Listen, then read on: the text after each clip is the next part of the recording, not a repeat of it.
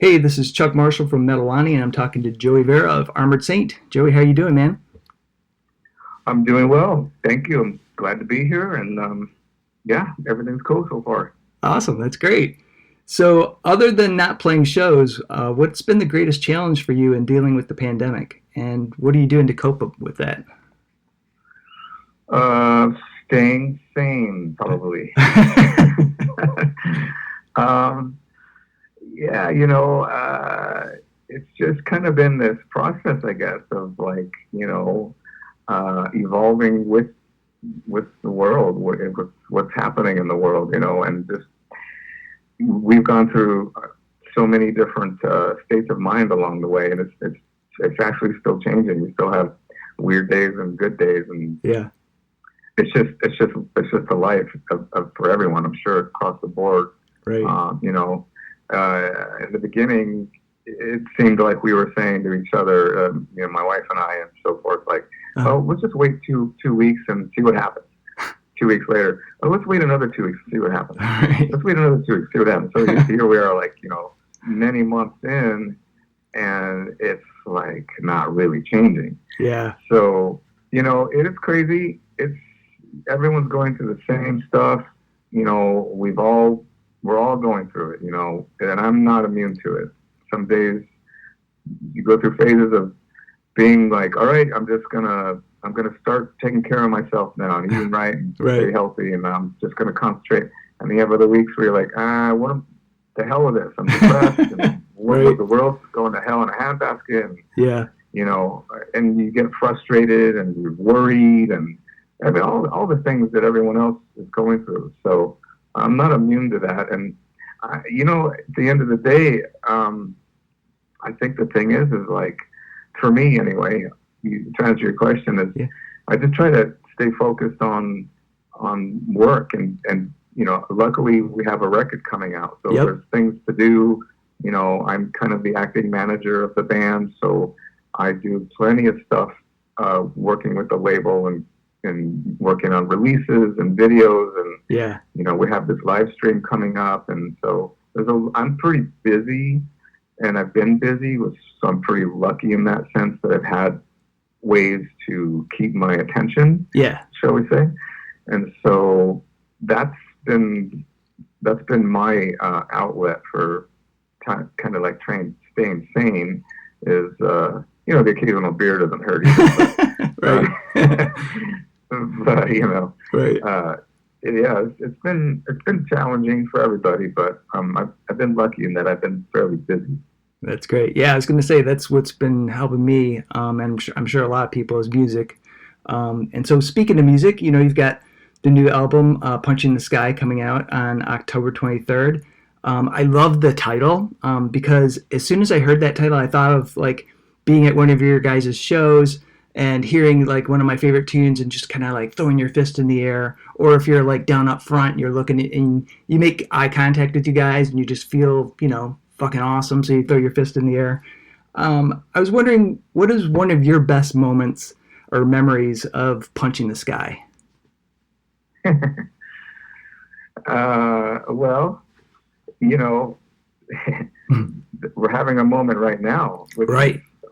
which is it's one of those moments, and I hate to state the obvious here, but I mean, we wrote this record before any of this stuff, before COVID or anything. The songs were already written by the time this thing came into our lives, Yeah. So the thing that feels like sort of like in a sense, the punching the sky or raising your fist in the sky is a way of like saying victory or success, or Yeah. like fuck yeah or something, Mm-hmm. And so the fact that we have this record that's coming out now, and a lot of the themes on it feel they feel uh, they feel current, and they feel like they are in the perfect place and the perfect time, poignant, if you will, I guess. Right. So we didn't really plan that. It's just the state that we're in and where we are now, and we're stoked that this record's coming out when it's coming out. As weird as Yeah. weird as the time it is, I think that people are really starved for music. Yep. No one can go to shows anymore, and at least temporarily. Right.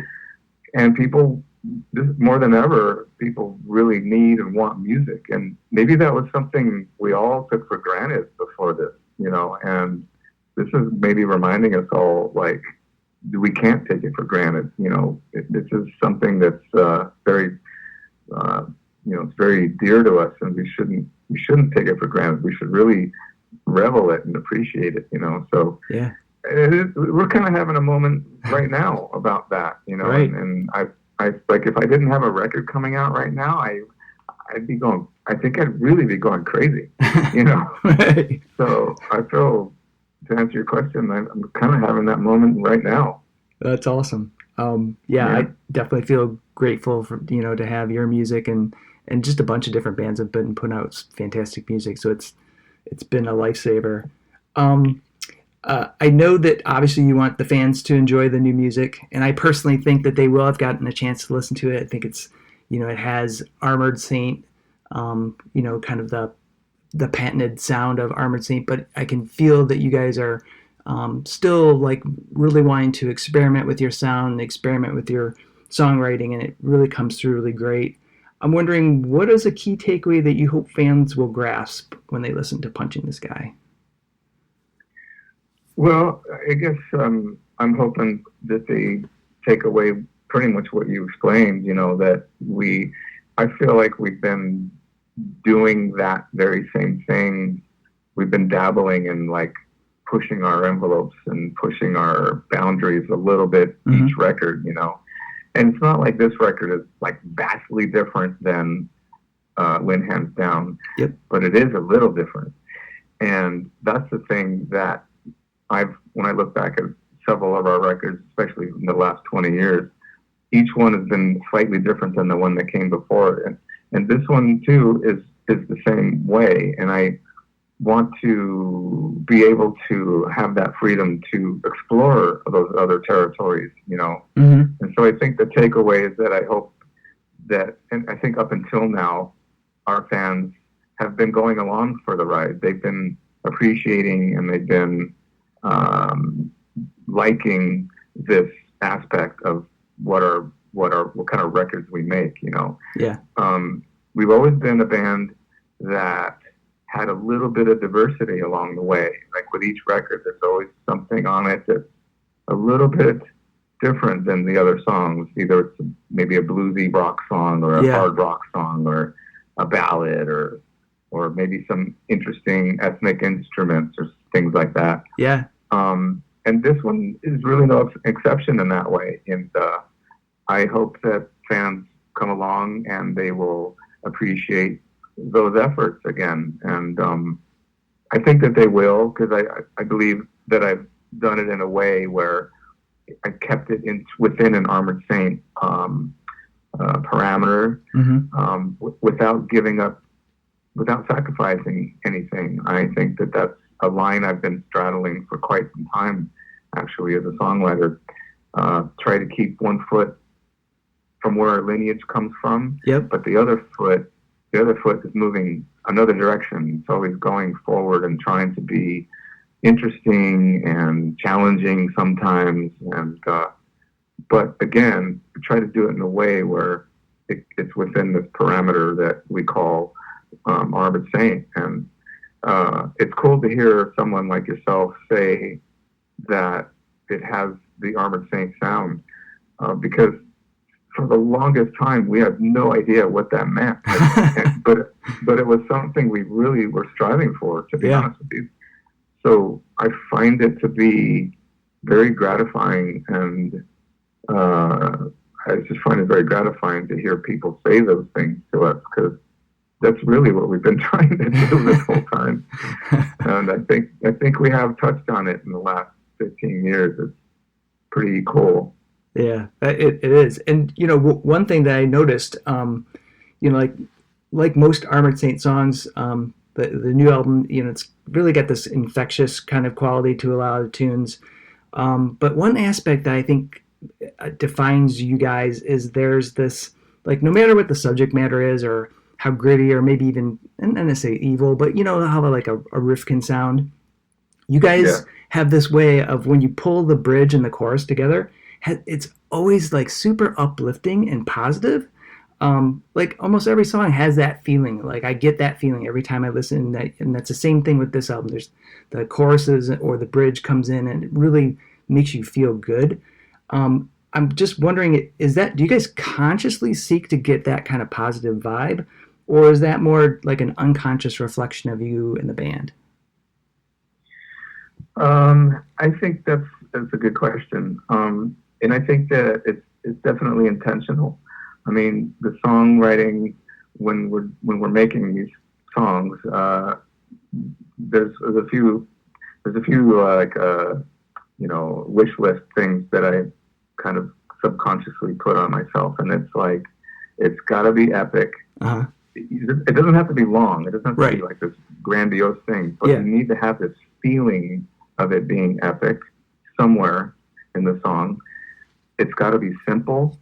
It's got to be, and it's got to have a great chorus. It's got to be melodic. Right. Those are the sort of like the skeleton things that I am striving for. Mm-hmm. I also recognize that we have one of the best singers in the business in our band, Yeah. and like, don't fuck that up. Like, you know, make the chorus a great place for him to shine, and things like that. Those are things that are kind of conscious to me when I'm writing. So the way John writes lyrics too is also plays into this. You know, he tends to write sometimes. Well, he tends to write mostly with a slight vagueness in his writing. It's not always exactly about one particular thing or one subject. Yeah. It's kind of like he leaves it up to the listener. But without a doubt, we are writing together in a way where we do want something positive. We want even if we're writing something about, even if it's a subject that's a little bit tough or something that's on the edge of being a social commentary. Yep. We won't necessarily say, this is what we think, you should think this way too. We always leave it up to the listener, but the thing without a doubt, almost 100% of the time, we'll leave you with, it will be something that will be giving you some sense of hope. It's very rarely is it going to feel like a downer, like, yeah, there's no way out of this and it sucks. That is not our MO at all. Right. So the fact that we now, from a producer and songwriter side of it, this is something that is conscious on my part, for sure. I'm not an expert songwriter by any means, but I feel like I get better at it, and my experiment. This is my way of getting better, learning, hashing stuff out. Sometimes I succeed at songs. Sometimes I don't succeed at the things that I write. But this is always my effort to make it feel like that. And to hear you say that and ask the question, that's great. I'm glad that you connect with that. Yeah, I mean, I always, like, I'm a fan from way back. I bought the EP whenever it was 83, 84. Ever since I've been listening to you guys, I always feel good listening to Armored Saint. I always feel uplifted. I mean, I like some evil, nasty, Slayer and stuff where I just want to, smash things. But Armored Saint always has that quality, and I'm glad that the new album has that, but still expands upon your sound. So it's great. Yeah. I hope. I'm glad too. I mean, like I said, we write a lot of different things. John and I, and John explores a lot of different things lyrically. And there's a song on the record that is, it's not funny. It's funny, ironic maybe, but it's a song called Unfair. And it is written about something kind of specific, and it's not the most uplifting subject. There, in a sense, when you listen to the song and the musical part of it and the emotion in it that John is giving out, it still gives you that sense. It still gives Yeah. you this sense of hope somehow. And that is something that we always try to do, no matter what the subject is. Yeah.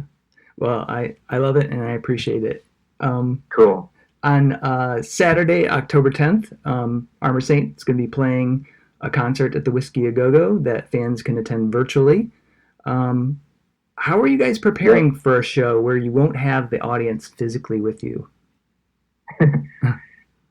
Well, we're currently psychologically preparing for it because it is a bit odd and unusual. Right.